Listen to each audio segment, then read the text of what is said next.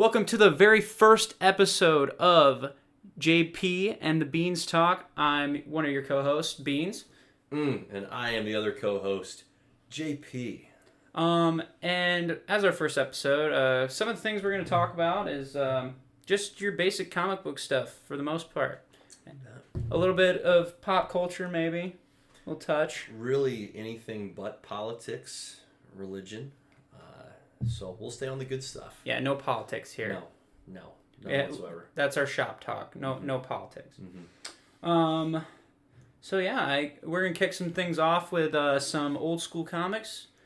Yeah, man. You want to touch on your Kingdom Come first? Or? I do. Let's dive into the old school. And I'm very aware after our kind of pregame talk about how my old school is older than your old school. Yes. So it's just the reality that I get to embrace as a 33-year-old person. So I'm working on that. I'm not sure I'm coping with it very well, but nonetheless, so Kingdom Come, right? Alex Ross and Mark Waid combined on this bad boy, and it is, I think, one of the best kind of alternate versions of, hey, here's what could have happened, say 15 years down the road. Set in the DC universe in particular, Superman has essentially drawn out of the public eye for reasons unknown at the start of the story. But as the story kind of unfolds, there's this apocalyptic foreshadowing of the end of the world, in particular like the end of superhumans, that this kind of random old dude is very weird. That is, his visual is modeled after Alex Ross, the artist, his dad. Like, he literally used him as the visual example of what he wanted this character to look like. That's cool. Kind of a fun fact there. But anyway, this old man, if I remember right, I think he's a preacher by vocation, is taken by the Spectre through different scenes where he gets to observe, like, Superman in his isolation. He sees the current state of superhumans, where essentially superhumans have become more common. Okay, so as time has passed, they've this is the wrong way to put it, but they've bred, and so they've bred and spread. There's got to be a better way of phrasing it, but that's what we've got. That's a perfect way. That's what we've got. And as they've become more common, they've, for whatever reason, also become less essentially responsible, less altruistic. They're more engaged in their own self-interest. Mm-hmm. So instead of fighting for, the common man, they're now fighting for their own self-interests, fighting each other just for the heck of it because they're bored, and essentially wreaking a lot of havoc. And without giving away too much, one of these individuals essentially sets off a nuclear explosion that wipes out the Midwest, right? Dang. Tough look for the superhumans to wipe out the Midwest. Well, this finally prompts Superman to come back into the fray, and what transpires from there is Superman trying to, well-intentioned, right? Per usual with Superman, he's always coming at things from what he thinks is best, but he essentially starts laying down the hammer on all these rogue superhumans. Good. But then he starts imprisoning them against their will, okay, maybe not so good, to the point that he has kind of made himself a dictator character. So not unlike what the Injustice storyline goes into, okay, kind of a similar theme there. But anyway, that's as far as I'll go into without spoiling it, because if you haven't read it yet, very much worth a read, not just for the story itself, but also the art by Alex Ross. This thing came out in early 90s, I want to say, and it was, I think, Alex Ross's first major publication for DC. And the reason I segue into Alex Ross is because I would argue that out of old school authors, he is perhaps the best old school, and I'm going to say like 1990s, okay? There's a lot of different styles, like Jim Lee's another name that kind of made his way in the 90s with the X-Men. I want to say Tim Sale was a 90s guy. Frank Miller, he's just kind of all over the place. But what Alex Ross did that was really exceptional is he provided a very realistic representation of all these characters. And so, I mentioned earlier, like, he used his dad as the visual representation for what this random old man character should look like. Well, his style, he would have individuals, like, you'd hire folks to kind of essentially pose for him so that he could use them as a template, and then he would kind of craft his own template based on their own appearance, the way that they would pose, and then he'd kind of work from there. So he's got a very almost like photorealistic way of presenting the characters. So pretty sweet, very very worthwhile both for the story and for the art. So, and you can kind of tell that too in the artwork. Oh yeah, like it's just, it looks pretty realistic for a comic book. Yeah, I think, like, I'm no great comics historian, but I have to imagine that Alex Ross kind of coming on the scene in the 90s with DC and then with Marvel as well, I think it had a really big impact on the artists that have followed. Because if you look at, like, the X-Men comics, like, some of those illustrations are just so, like, flamboyant. Like, they're just hugely, unbelievably not realistic. Like, it's okay, it was its own style, but, like, the proportions on some of those people are just outrageous. Well, there's that one, I don't know if you know what picture I'm talking about, but there's one famous one of Captain America where his chest just comes out in, like, a big, like, triangle. And it makes zero sense. Right. It's like you'd fall over if you were that shape. For sure. It wouldn't work. Because it's like he didn't do any ab work. Right. And it's just like he was benching nonstop for like 3 years. So now we know what that looks like. Yes. You know, if you're ever going to go that route. Don't skip leg day, kids. Right. Right. Treat your body like a temple. And then, so I watched a summary on this. I'm not very familiar with the story, but... Yep. And then Batman gets involved too. Of course. And doesn't he, like, create his own, like... his own team as well, because Superman's got, like, his own super-powered people behind him. Yeah, a lot of fun with Batman in the story, because this period of time in the future, 15, 20 years, whatever it's truly been, Batman, his identity has been compromised, and so they don't go into it very deep, but just kind of in passing, he just says, oh yeah, well, Bane and Two-Face broke into my house, wrecked it, and now he's not a cripple, but he is reliant on essentially it's a frame, like, running up his spine, around his neck, along his arms to be able to function normally. So he's obviously got some pretty advanced technology, at least in the time that this comic is set, just to be able to move and do his thing. And so then he presents himself as like, oh yeah, Superman, cool, we're allies, it's all good. And he is very much working behind the scenes to compromise Superman, but then also to compromise Lex Luthor, who's, per usual, trying to compromise and defeat Superman.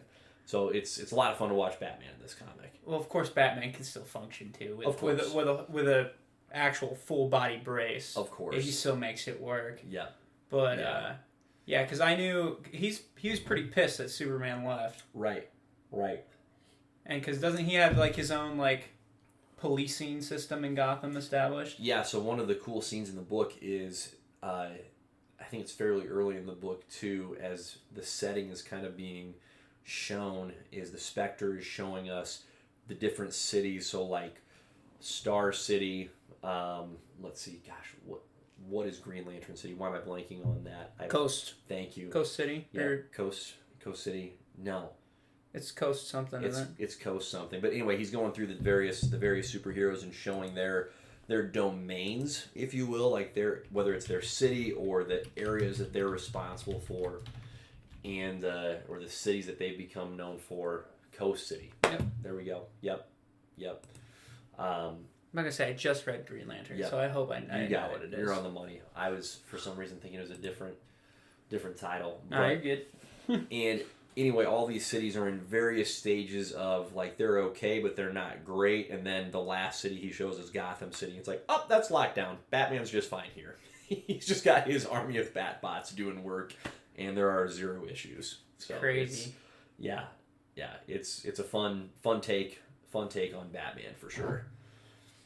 I'm trying. Good stuff. Trying to think if I have anything else on that. Yeah. Because I think the other thing that's really enjoyable is there's redesigns of different characters, and if you buy, like, the graphic novel version at the end, there's kind of the panoramic view of each character, and whether it's a new character or a reimagined character, they highlight, hey, here's who this character is. Because some of them are redesigned to a pretty extreme level to where it's a little bit tougher to recognize them.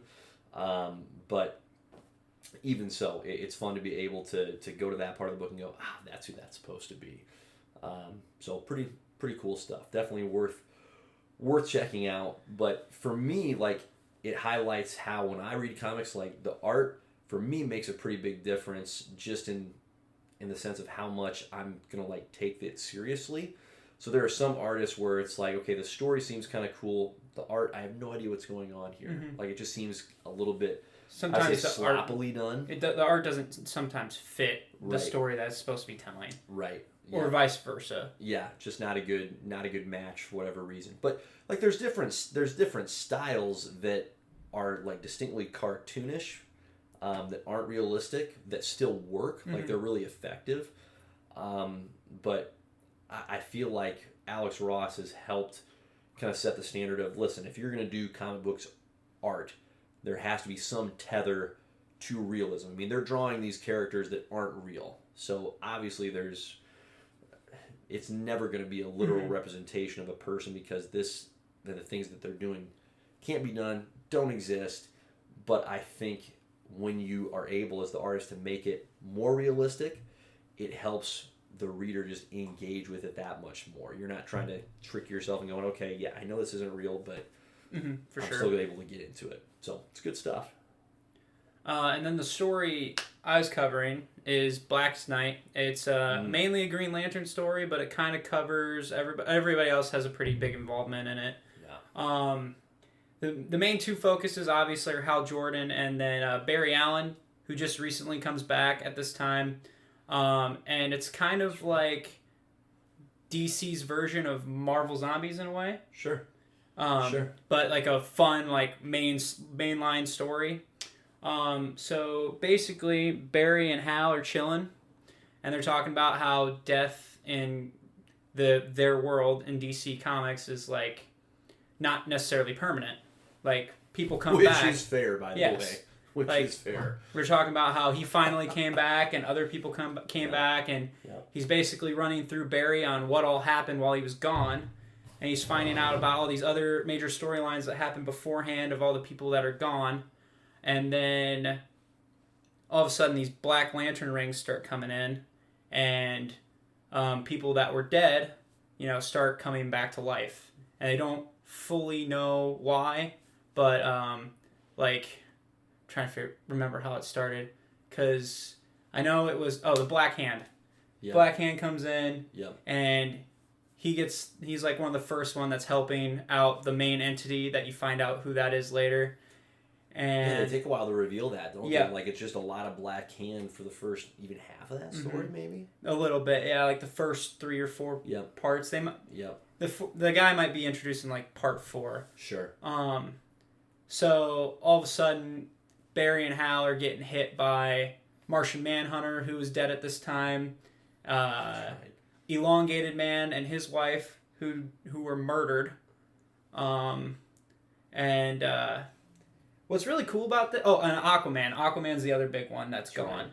And they did a really good job in this storyline bringing lesser-known characters to the forefront, because the Atom and Mera have huge parts in this. Right. And this is before even the Aquaman movie, so Mera's even more of a, like, holy crap, they put Mera in here. Right. So,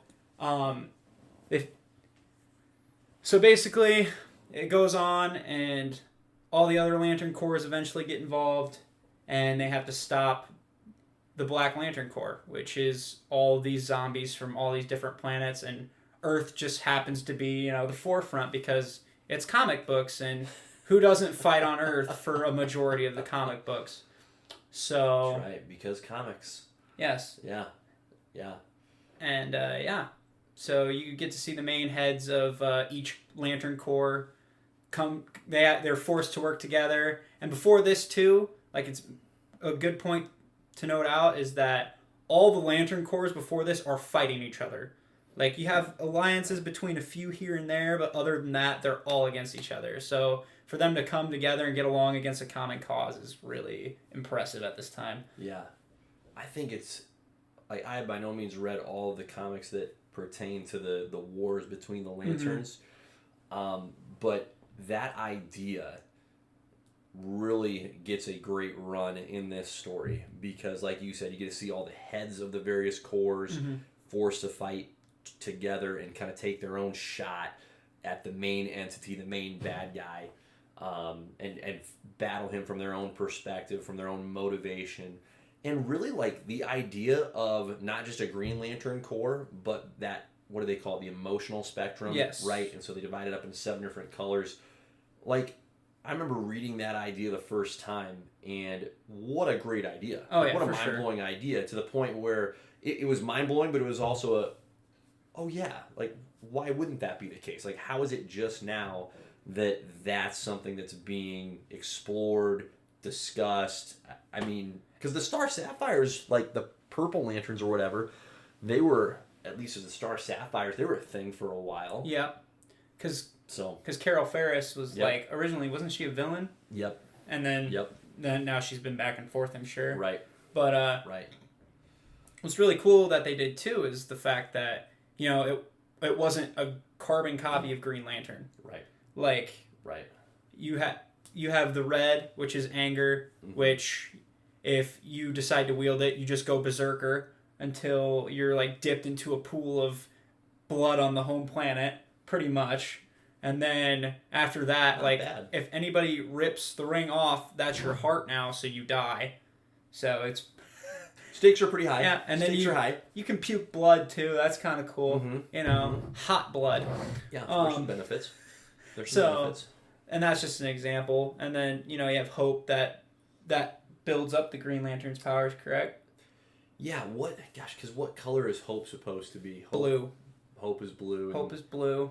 Indigo is... Indigo is compassion. Thank you. Which is a really Thank weird you. one. Right. 90% of that core, I believe, is made up of, like, former prisoners and, Yeah. like, horrible murderers and Yeah, thieves. it's bizarre. Yeah. That's right. Sinestro gets tied into them for a little while, too.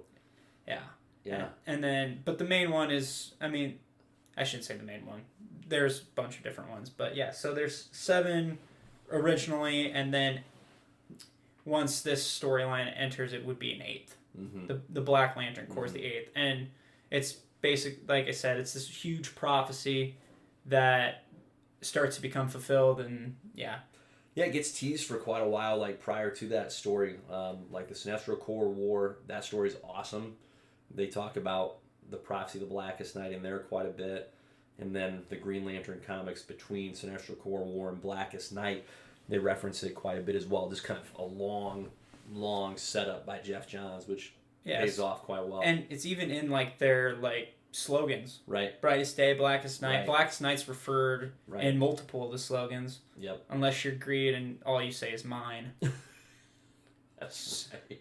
Because he doesn't care about anything else. He just wants more things. Which, what a great idea that Yes. the Greed Lantern, like, there's just one of them. Yes. It's like, that makes perfect sense. And then, like, everyone he kills just becomes a part of his construct army. Which is insane. Yeah. So... Yeah, pretty bizarre. good old Larfleeze. That's a character you should look up. If you couldn't be a Green Lantern, which Lantern Corps would you be a part of? That's a good question. I mean, I'm going with red. Yeah. How do you beat the red? That's true. I And I have a lot of anger I can tap into. Right. It's not hard to imagine, like, can I get pissed about something? Yes. It's really Yes. easy to get pissed. I'm there, I'm in. Slap that red ring on my finger. Yellow, I have no care in the world. Fear, you know, I'm not a very terrifying person, so... That's for the terrorists in the world. Yes. Yep. Orange. We're not in that category. Yep. Orange. Nope. That you lose your mind. Yep. Tough to get on board with that. And then blue is cool, but, like, I don't know what else you can do besides, like, support Green Lanterns. And, Right. And, like, oh, I can help take the red ring off. That's a tough one to really rally behind. Like, that's the Hufflepuffs of the Lantern Corps. And then Indigo with the compassion. Yeah. Like, I don't know the full extent of that. And it's just... Like, it's an admirable quality, Yeah. but it's also kind of like, really, this is the hill we're dying on here? Don't even get me started on love. Ugh. Ugh. I'll take anger. That sounds the best. Yeah. Yeah, really, just by process of elimination, it's how can you not end up with anger? I mean, obviously, most people are going to say, well, yeah, I want to be a Green Lantern. Fair enough. Not a bad choice. For sure. But you might not have that option. Right. You might get selected by something else. Right. Those dirty Owens, man, they make some weird choices sometimes. So. Yep, and you might just, be a cat that got the shit beat out of him a couple times, and then all of a sudden you're the right-hand man. Right. So, incredible stuff. I mean, who incredible knows? Stuff. Yeah. So, I think this is a good point to transition into what's currently going on. Let's do it. And this is currently going on in DC Comics. They just recently announced their plans for the comic books. So, pretty much it's called DC Future State. It's stories that all happen between, there's some that are recent future, so I believe the Batman, don't hold me to this, but I believe the Batman lines are 2 years ahead. And then I know some of the Justice League stuff is 20, 30 years down the line. That's pretty sweet. They're staggering it that. They're not just holding themselves to one set of.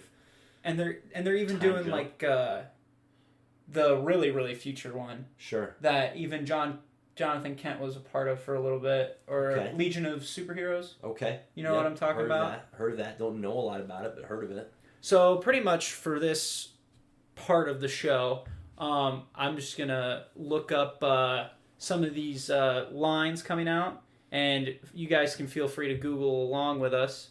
But I guess we'll just start off with this one. This is just such a cool concept in general of going down into the future or going out into the future so that you're not tied to the existing continuity. You've got some tether there so you're not completely unmoored. But I don't know, I think as a writer that's got to be pretty sweet to kind of be given the freedom to go, listen, why don't you go ahead and do with this you've got a blank slate to work with. You've got the history that came before, but you're not beholden to that. You can just say, hey, in my mind, 10 years down the road, here's what goes on with a Wonder Woman. So a lot of freedom there, a lot of good stuff, a lot of good opportunities. Okay, so this is not working the way I want it to. Google doesn't want to be a part of this. Nope, it doesn't. So we can have a different sponsor. It's fine. Yes. We're going to do it this way, and I'm just going to Google it on my phone. Do it. Because that's what I'm going to have to do. So, the first one, the next Batman. So, let's see here. I want to see. So, here's some pictures. It's fantastic. Which are, it's sweet. It's a sweet new. So, this is not Bruce Wayne's Batman. It is. Let's see the overview. That's what I want to see. Okay, or don't show me it. We'll start off with this. Maybe it's all secret. We just make stuff up. Nobody would know. Basically, a new government order comes into Gotham called the Magistrate, and they kind of just start policing over Gotham. They're the next thing. Bruce Wayne is dead. And that's when he's always dead. Yes, and that's when the new Batman steps up. They did already announce who the new Batman is. It's Tim Fox, which is Lucius Fox's son, the lesser-known son, because I didn't even know he had two sons. Because did we know he had one? Yes, Lucas. That's Batwing. Oh. Yeah. Okay. So you have Lucius, who I'm learning things here. Yeah. So it's Morgan Freeman in the Dark Knight trilogy. Of course. So imagine Morgan Freeman has a son, and he just becomes Batman. But his past was kind of in and out. So it's basically his take on Batman. So that's the first one. See if I'm going to try again. That's a really, really different way of going with that character. You'd think it'd be one of the Robins, because there are so many Robins. Oh, yeah, and they're still involved, too. Right. But just to have somebody that's not been, I would say, associated very long with Batman, that's a different kind of take. And we said this one was what, just 2 years down the road? It's kind of something like that. Okay, It's one of the closer futures.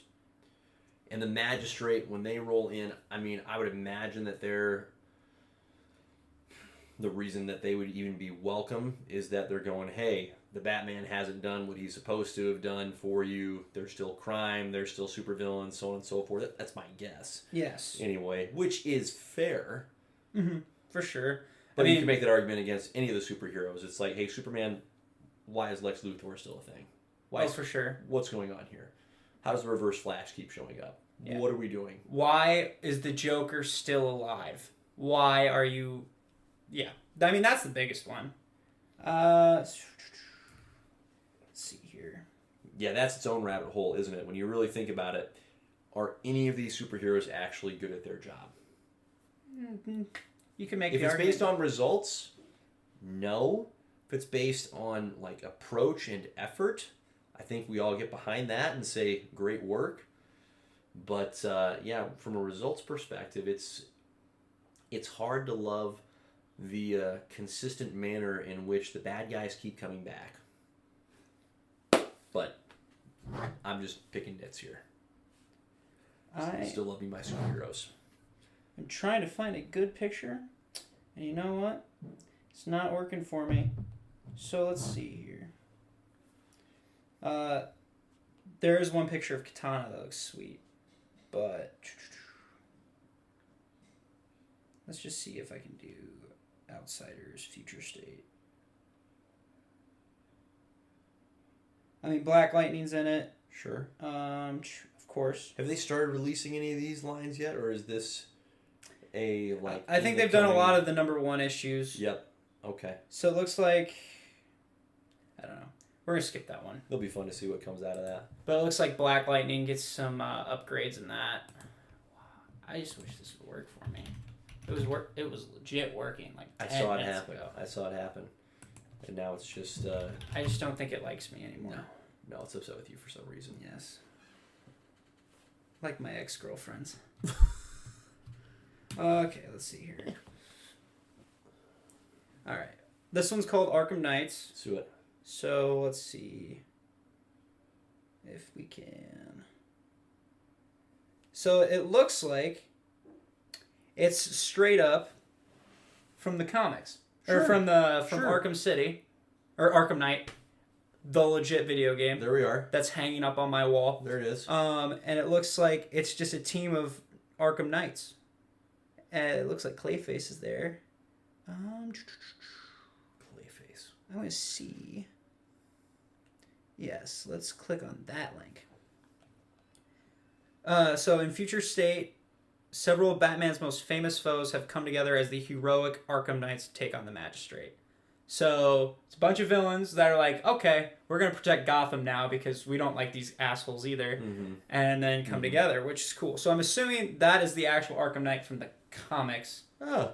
I don't know if you knew they made the Arkham Knight come into the comics. Yep. And that's actually the daughter of like the founder of the asylum. Sheesh. So her last name is legitimately Arkham. Let's see if I can. I just want to see the roster. Okay. That would be cool. Right. Okay. I already like this though.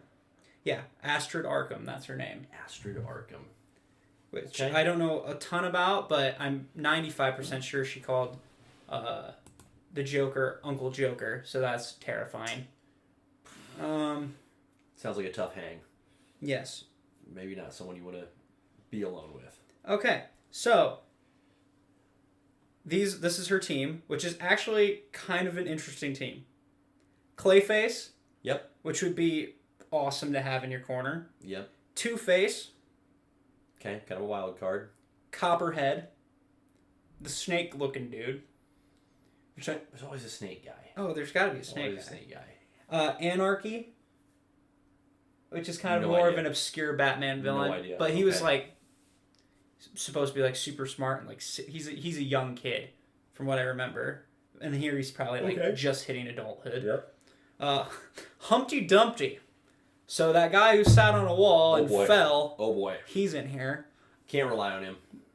No, he falls apart. Yep. It's right there. Victor Zsasz, the serial killer. Sure. Because why not? Another tough hang. And then Dr. Phosphorus.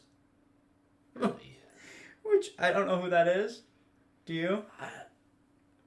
I feel like I recognize the name for some reason. Like there's a thread in my mind where I'm going, oh yeah, Dr. Phosphorus. But I feel like that's a pretty old school callback. So bizarre. Dr. Phosphorus.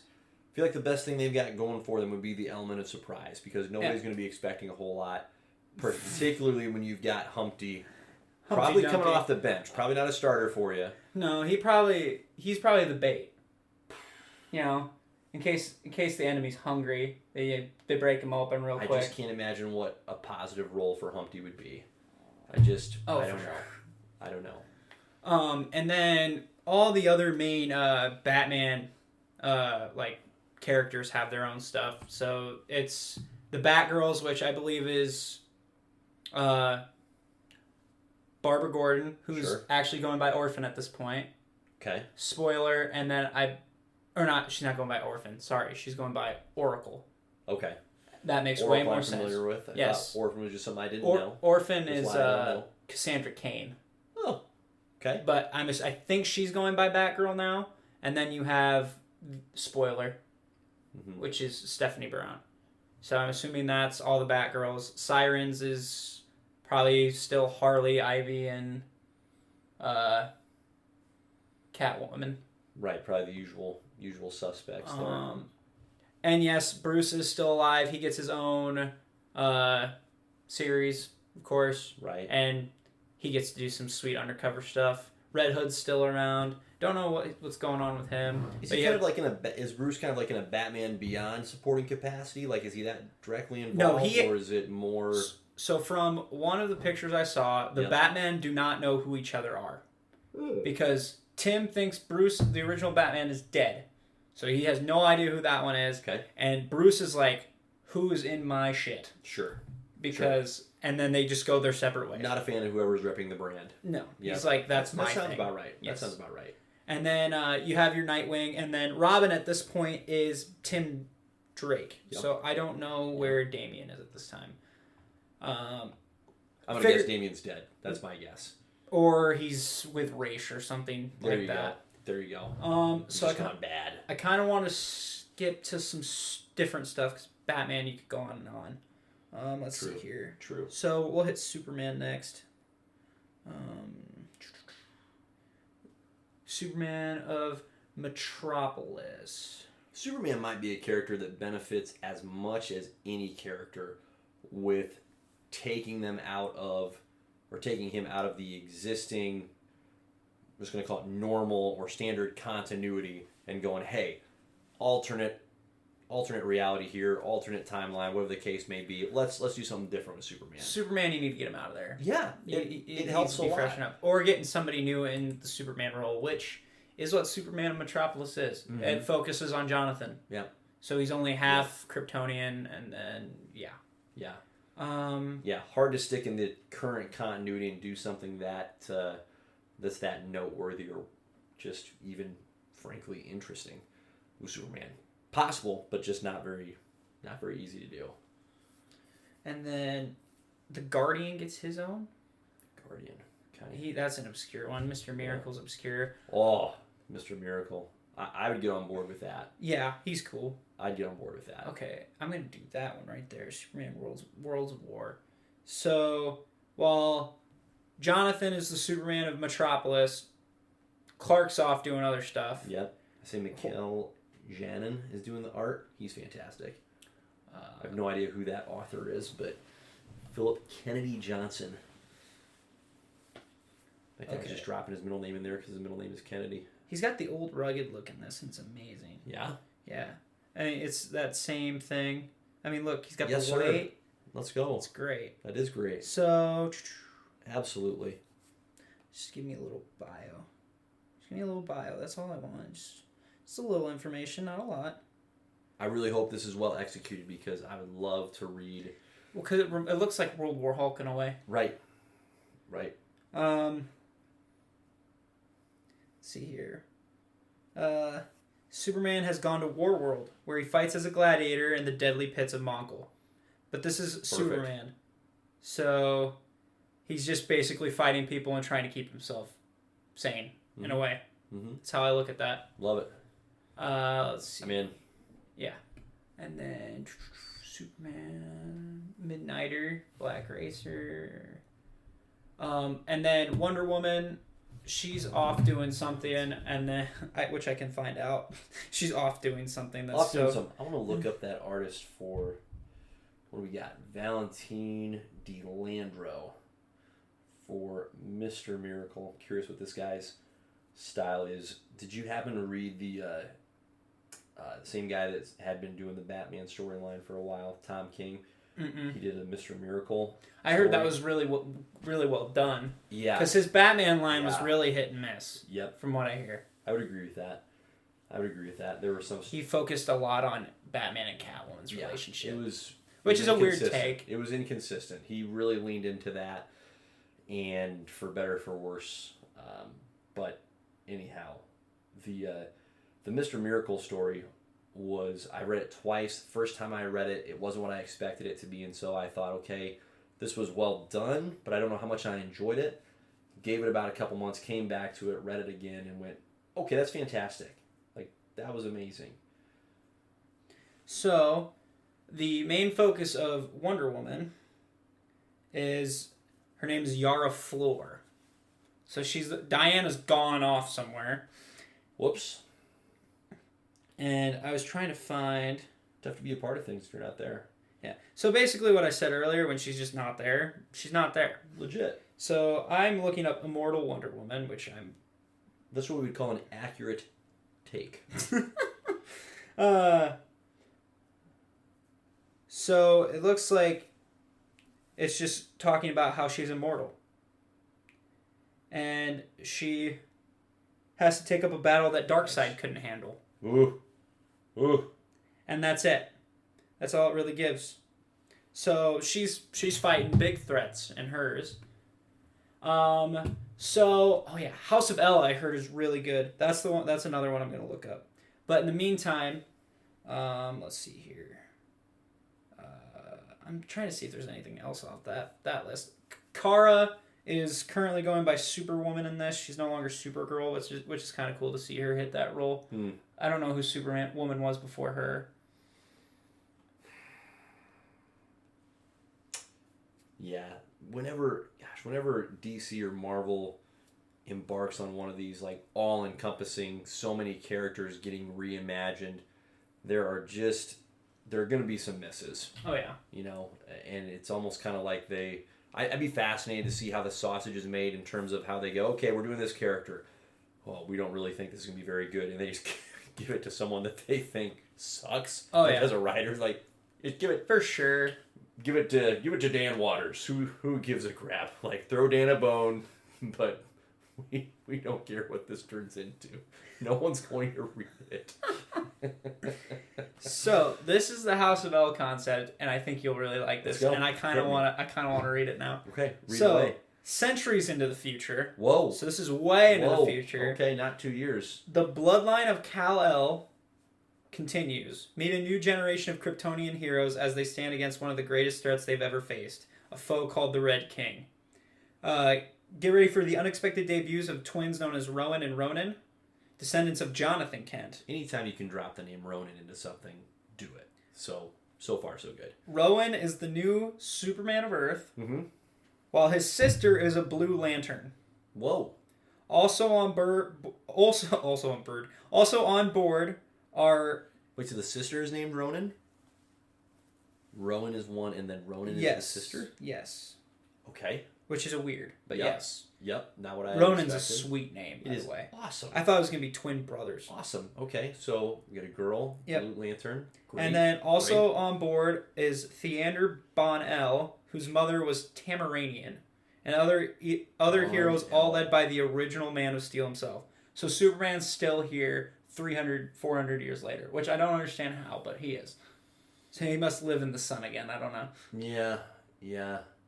Kind of that idea that DC kicks around every so often that he's just never going to die because the more solar radiation his body absorbs, he actually gets stronger rather than aging. But then they'll give him gray hair, and it's like, so what are we doing? Like, shouldn't he be doing the Benjamin Button thing, not getting older? You'd think. It's a weird. It's comics, so they're just making up their own rules here. But there is Superman sitting on a throne with a beard. That's the Tamaranian chick. Okay. So Starfire's race. Okay, sure. And then I think this is a better. So that's the main Superman they're talking about. Right. And that's his sister, the Blue Lantern. And that dude is just a barbarian. Just a guy. Yeah, he looks just a guy sick. wearing a Superman. I mean, there they made him look like Jesus. Right. Like, I can't even I don't know. So yes, I heard that one's really good. Cautiously optimistic there. They got Ronan in there. That's enough to hook me. So I know Justice League. Yep. What I know about that one is, so the Justice League just recently got reformed, and it's years later, and what are we talking, like a couple decades? Yeah, kind of it's like new like Jonathan's the main Superman. Sure.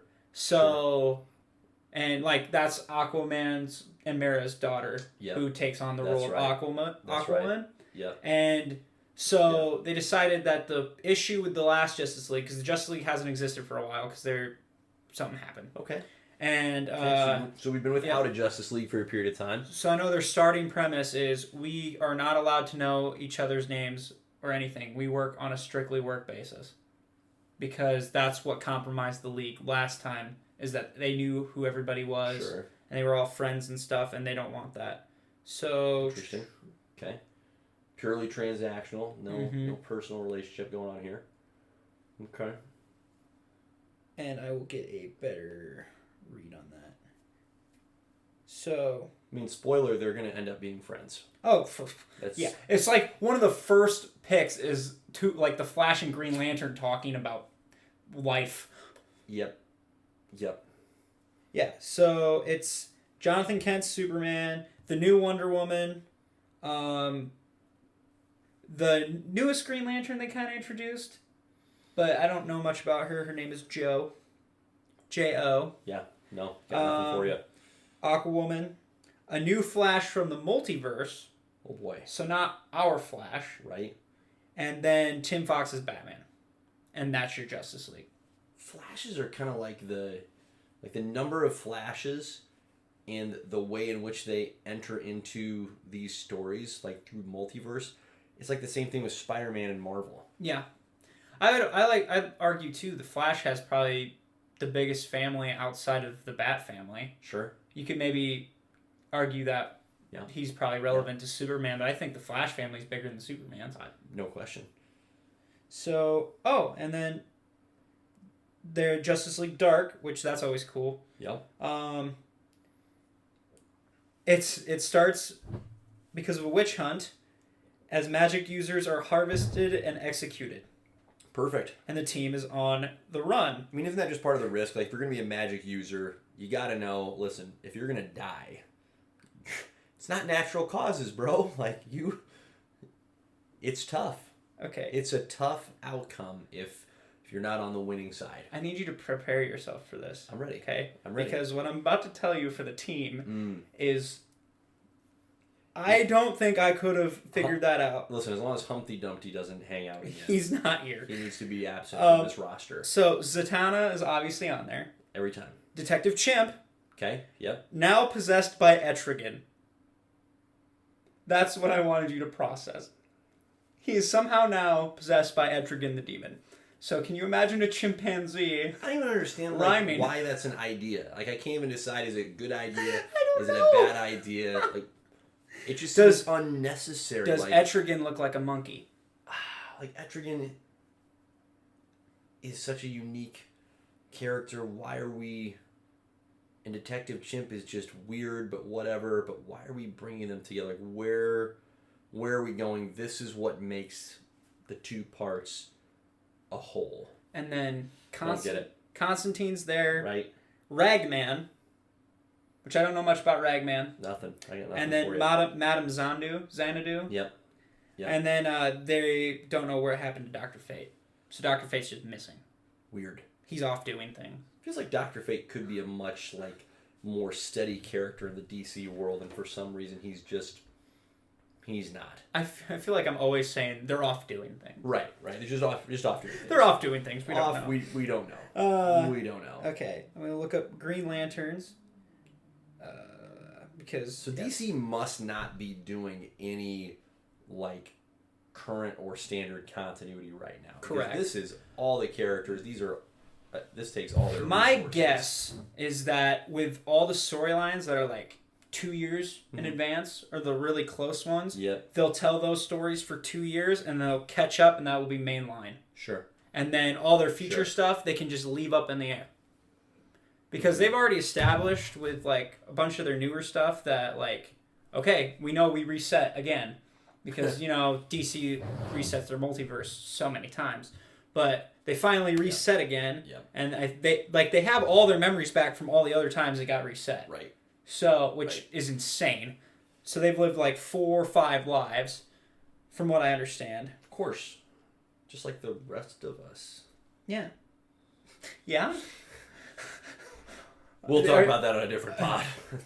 Hawkman, is that you? So, it says here for the Green Lantern one, John Stewart and an elite team of Lanterns are trapped behind enemy lines and fighting for their lives when the power battery goes dark and leaves the entire Corps defenseless. For some reason, the Green Lantern angle on this particular take doesn't get me. I don't get on board with it. Like the Green Lantern. The fact they have to recharge like a used flashlight. Yeah, I'm not intrigued by a future version of the Green Lanterns. Like they're so, like just in their already existing, kind of futuristic. Absolutely, just in their existing timeline, they're such a diverse mix of species and personalities.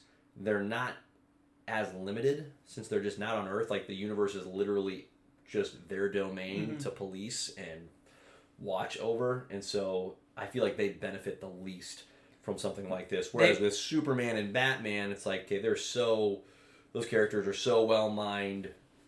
We've done so many different storylines with them. We just need permission to do something different. They almost need like a power up or like it's kind of like even better, a power down. Or I think that's why Blackest Night works too, is because they introduced something completely new to it. Yeah. So, apparently they're all spread out because Jessica Cruz is trapped by the Sinestro Corps, and Guy Gardner is also trapped somewhere deciding to reopen a bar. The Warriors Bar, I don't know what that is. Yeah, it's a real thing, and I'm not sure why. The Warriors Bar? Yeah, it's a real thing. What is it?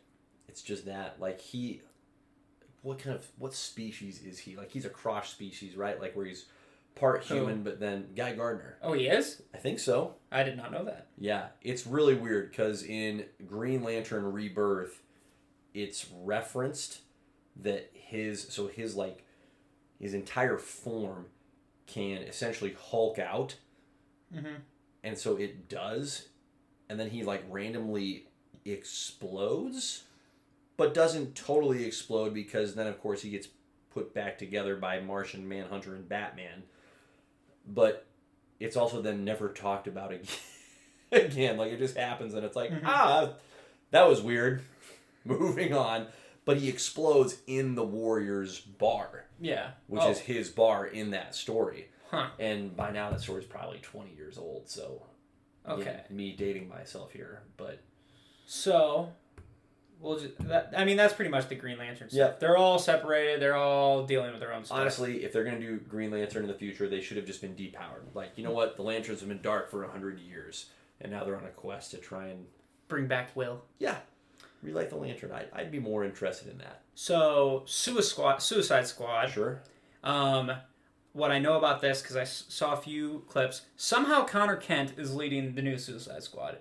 And he's, like, working with Amanda Waller. And basically they duplicate the Justice League. Yep. So they're supposed to look like the Justice League. Yep. Let me see if I can pull up the exact. So I know the guy representing Martian Manhunter is Clayface. She got a hold of Clayface, which is crazy. A lot of Clayface, and I'm okay with it because I like. Yeah, I'm okay with it too. He's a weird choice to power up, but it also makes sense. Just from the perspective of, yeah, well, if this guy can literally contort his body to replicate any form, his power set is not necessarily limitless, but it's a lot less limited than it's been portrayed so far. Just to be a common crook that can steal something and make it look like it was someone else. So I'm okay with that. So another big one that you would know the name of, the guy who's Batman is a former Talon. From the Court of Owls. Yep. And then, Okay. And then that's pretty much the basics. Amanda Waller uses the Force to save the world and remake it in her image, of course, because it's Amanda Waller and she's a bitch. She's great like that. Yep. And then, really consistent. And then but what happens when the team shows up to stop her? So it sounds like Connor's like, all right, we're getting rid of her. Okay. And then, because she's not the greatest. It talks about Black Adam, but he's just doing Black Adam things. He's never really gained a whole lot of traction with old Black Adam. I know. Which little plug for Dwayne Johnson, gonna be the Black Adam, That's the true. Black Adam movie. I'm gonna see it. That's very true. Dwayne Johnson for crying out sideways. So the rest of them, I know Aquaman is not Arthur. Yep. What's his name? I know who it is too. Did you say it was Aqualad that is taking on? It's one of the Aqualads. It's not the one who becomes Tempest. It's not the original Aqualad. Okay. It's the one he first got his appearance in Young Justice. I'm trying to think of what his name is. Jackson Hyde. Okay. Let's see here. I feel like that's literally the first time I've heard that name. Yep. But he becomes Aquaman. Okay. Which is really cool. Okay. I know the Flash is dealing with a possessed Wally. Perfect. Because, poor Wally. That dude's been getting shat on in the past 5 years. Poor guy. He legit finally makes his return, and then they're like, boom, boom, boom, boom, boom. Deserves better. Yep. Teen Titans, from what I understand, Starfire's trying to rebuild the team. And then Cyborg and Beast Boy somehow mutated into one, so it's Cybeast. So it's Etrigan. One half of it's Cyborg, and the other half is Beast Boy, and I have no idea how. What is with the merging? But, I don't get it. But apparently, Nightwing kind of breaks off from the team a little bit, and he's like, okay. Yeah. He goes and gets that Red X guy, and he's like, you, me, we're gonna set this right this time, and we might have to stop him. And he's got a costume that kind of looks like Deathstroke's. Okay. I mean, there's great characters. Nightwing's fantastic. I think Cyborg's a great character. So, I think those are the main ones out of that for sure. I'm gonna get out of this, and then so let's hit our last kind of topic here. Let's do it. Yeah, talking about the future, we've done past, we've done present. Now we're diving into the future. Bear with me here as I get my appropriate list pulled back up, looking at our future state stuff. Yeah, so going off of the beaten path, so to speak, just ever so briefly. We don't have to stay on this topic for too long. We've done a lot of comics talk, but I want to go Star Wars, and in particular, The Mandalorian. Now, have you seen, remind me, what have you seen of The Mandalorian? Have you watched I've seen the entire first season. Yep. And I know unfortunate key components of the second season. Ouch. So, not spoiled. Okay. So, I'll tell you what I know. Yeah. I know Boba Fett shows up. Yes, he does. I know. Which is fantastic, by the way. He essentially shows up with a shepherd's crock and spoiler alert, by the way. Beats the bejesus out of people. It's unbelievable. It's Boba Fett as a shepherd, and he is better than Boba Fett as not a shepherd. It's incredible. That's awesome. It's incredible. I know Ahsoka shows up. I know that. Mm-hmm. I know that Mandalorian chick shows up. Yep. The redhead. I can't remember her name, but she had a big impact in the last season of the Clone Wars. Okay. And then I know Luke comes back, and I'm not happy that I know that. Yeah, that's a bummer for you. Yes. That's a bummer for you. And I heard it looks really good. It really does. CGI-wise and stuff. It's I'm not crying, guys. You're crying. Shouldn't have been that good, but it was. I have no idea why Baby Yoda went with him. I have no idea. I'm assuming. I mean, that's the only thing that makes sense. But what I do like about the Mandalorian is the fact that they bring back all these characters, but A, it makes sense and goes with the story, and B, it's not forced. Agreed. From what I understand, it's not like Ahsoka. And you should just shove Ahsoka in, because I know one of the main guys that helps with the Mandalorian. What's his name? I know who you're talking about. Yes, cowboy hat. His name as well. Correct. Dave. Is it Dave Filoni? Yep. That's his name? You okay. I was going to say that, and I didn't know if I was right. You got it. You stay confident. I know how much he loves Ahsoka, because that was like his baby. Ahsoka was his baby. And so, as someone that hasn't watched the Clone Wars cartoons, her character in The Mandalorian looks incredible.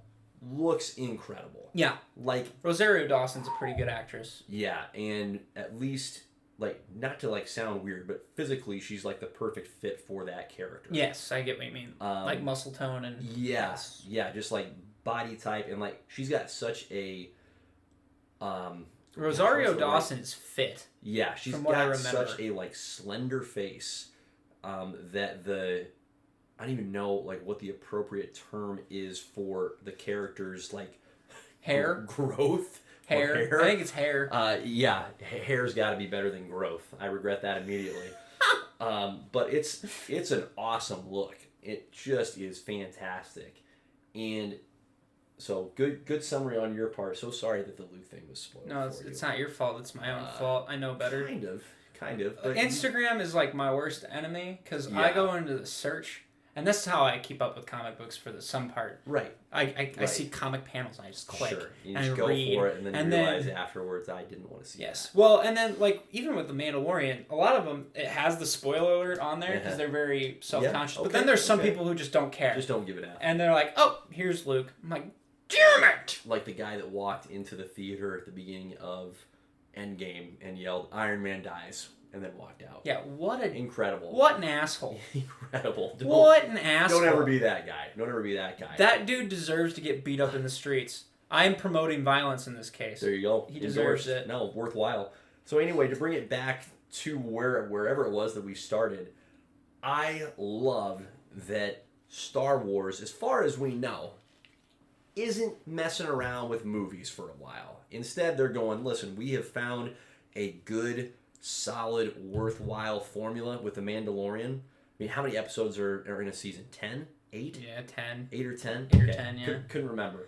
Thank God, by the way, they're doing the TV shows, because the movies have been missing. Movies have been tough. Unless it was Rogue One. Movies have been tough. Rogue One, great call. That was fantastic. Movies have been inconsistent.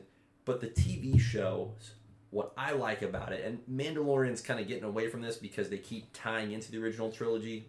They're doing it well, so it's not to its detriment. Mm-hmm. But what I really like about the TV shows is, listen, we don't have to do this Rise of Skywalker crap where we have to have everything that we're doing call back to the original trilogy. We can explore the thousands of years that are available to us in the Sith Jedi saga and not worry about having a name drop Skywalker in there. Mm. And that's not to devalue what they did in The Mandalorian Season 2 with bringing Luke into it. Like, it made sense.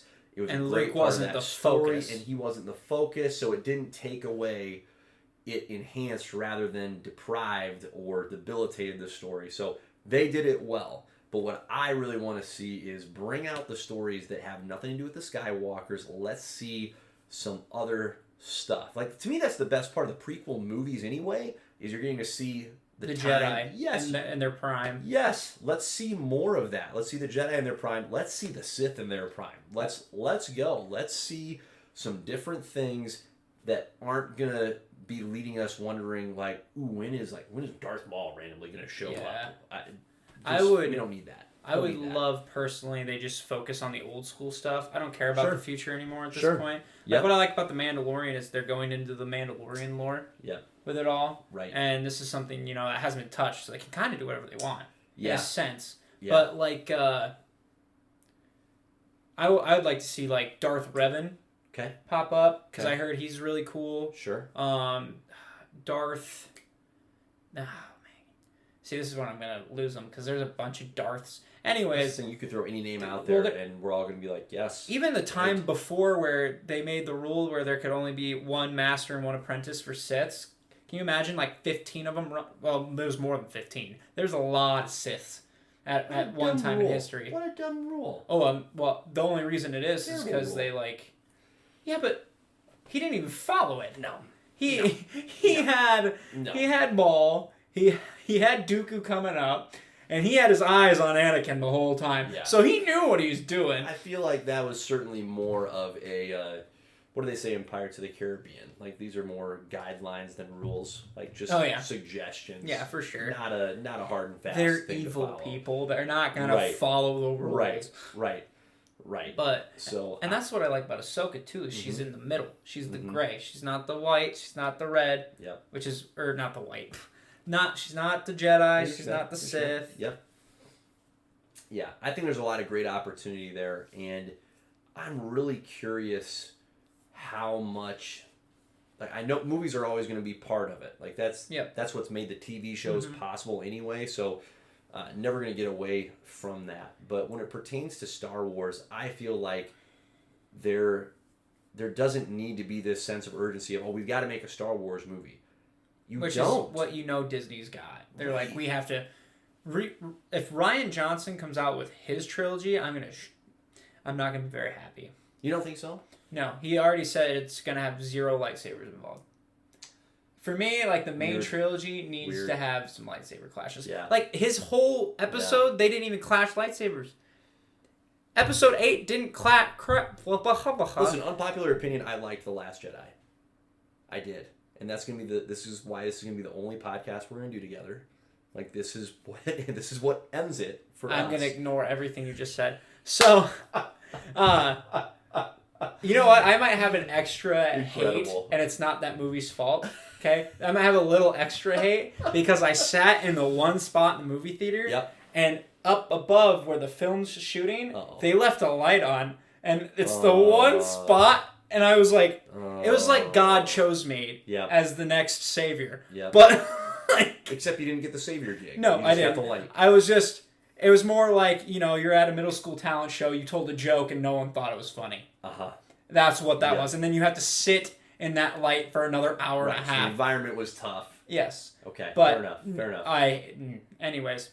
But I'll also say I understand why a lot of people don't like it, and I don't dispute it. I just know that I watched and for whatever reason, I like it. I don't mind that. I like that movie. I did not like Rise of Skywalker. I didn't like how they butchered Luke. I get that. Because the whole thing was he's about hope, and then you get to him, he's like, I got none of it. Yep. I'm empty. But he ends up with hope at the end. I'm gonna go. There's that redemptive. I'm gonna go get milk from this weird alien real quick. That was unnecessary. Nobody needed or wanted to see that. That was just gross. Why? That was just Why? gross. Oh, this is how he's been surviving. Yeah, we didn't need to know that. It's we get it. He finds food and drink somewhere. We don't need to see the milking of the sea cow. What? We don't need that. Yeah. No, I didn't mind that, and here's why. We're gonna get down on this rabbit. We're gonna go down this rabbit trail, and we'll come back eventually. But here's my deal: if Disney and J.J. Abrams didn't want Rian Johnson to go that direction, then if you're J.J. Abrams, have a plan for what happens after your movie is done and you're no longer involved, and say, hey man, here's where I see this going. Here's why I put Luke in this place. Because he didn't. He just put him in that place and then just said, all right. Well, that's the thing, too. JJ should have been in control the entire time. Of course. Of course. I don't know why he wanted to give it up to a different director and then have that guy give it up to a different director. It didn't make sense. Because then it made Rise of Skywalker so terrible because then they're trying to... redeem it. They're trying to take back so much of what was done in The Last Jedi, which didn't solve anything. It just invalidated both. Yeah. So you lose both ways. But hey, guys, I understand why Rian Johnson's like, listen... This guy that's usually filled with hope is hanging out on this island. It's because he's not filled with hope anymore. Yeah. He's not just hanging out on an island because he's feeling good about things. So I understood that perspective. See, it would have been... and I'm not saying it's the best way to go with the character. Yeah.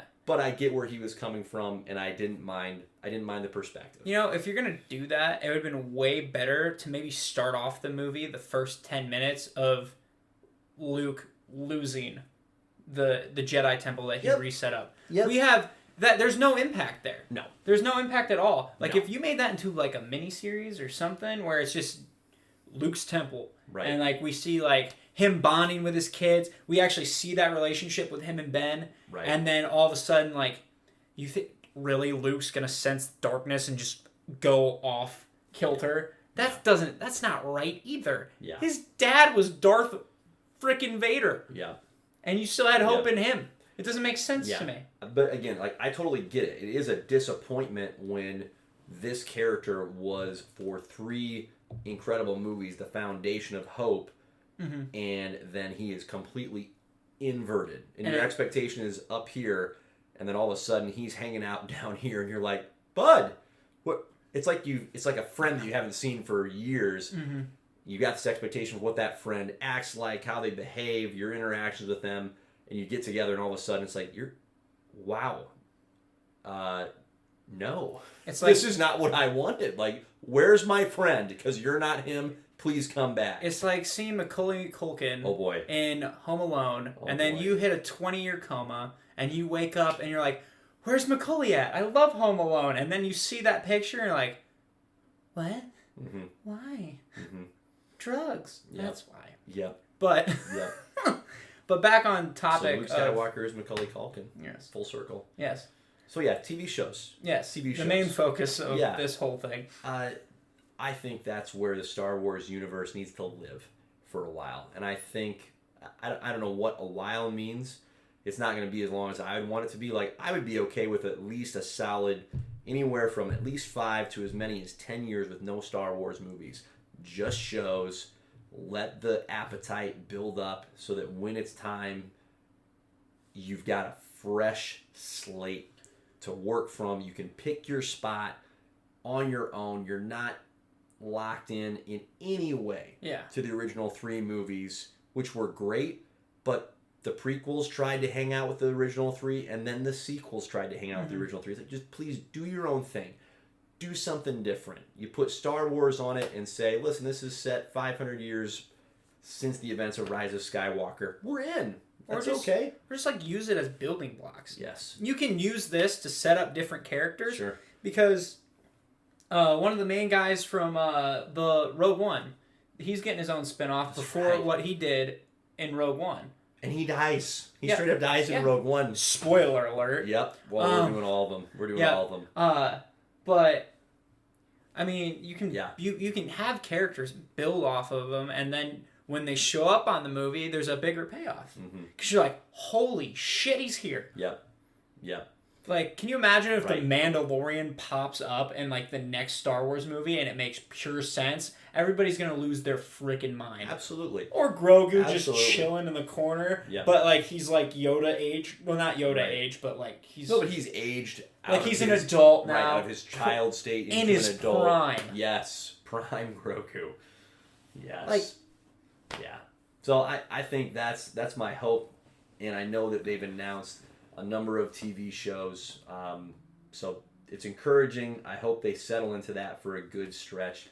Because I think Star Wars has enough to offer that I'm just not sure the movies can cut it right now. Like, there's too much material to cover in a 2-hour, 15-minute at most movie. It's like, just settle into the TV shows. Give us 8 to 10 episodes that are each about, 40 minutes. So now we all of a sudden, you have that much more time to tell a well-developed story. That's what's been so encouraging about The Mandalorian. Like, the seasons have... There's only been, like, 1 episode in season 1 and 1 that I can think of in season 2 where it's like, I could have done without that. I'm not sure what that added here. But there's a lot of good stuff to mine and just go with. Well, and they also took lightsabers out of it. Like, lightsabers aren't that big of a deal anymore. Yep. For that series specifically. But unless it's the Darksaber, which I hope we see some clashes with that. But and you probably do. Absolutely. Yeah, and I don't want to know.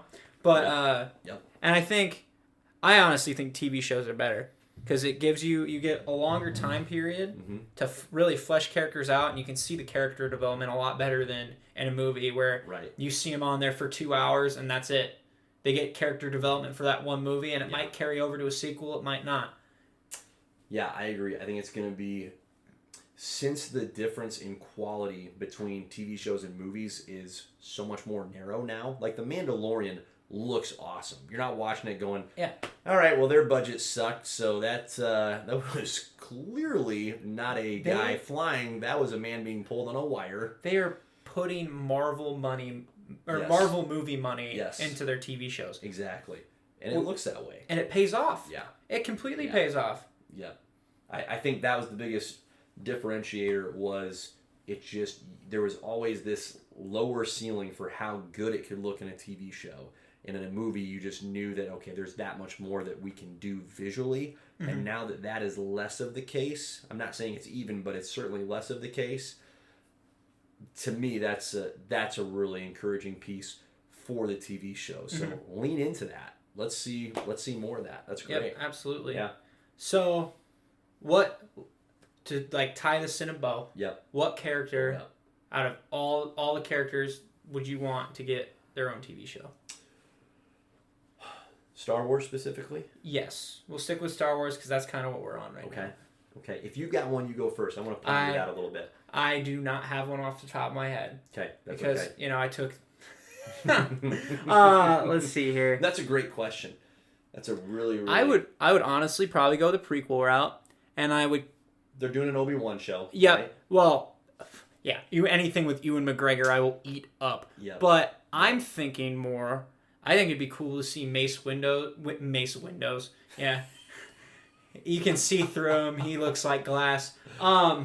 Mace Windu. I think it'd be really cool to see like a prequel showing him how he got to the purple lightsaber, because that's a really cool story from what I know. Sure. And also anything to do with the lightsaber creation, because that's talked about, but you never get a real in-depth look of how that's made, and I think that'd be really interesting to see, like, even if it was Qui-Gon Jinn taking Obi-Wan for the first time, to be like, okay, we're going to craft your lightsaber today. Yep. And then just watch, because I have no idea what that's like. Sure. Man, what a good question.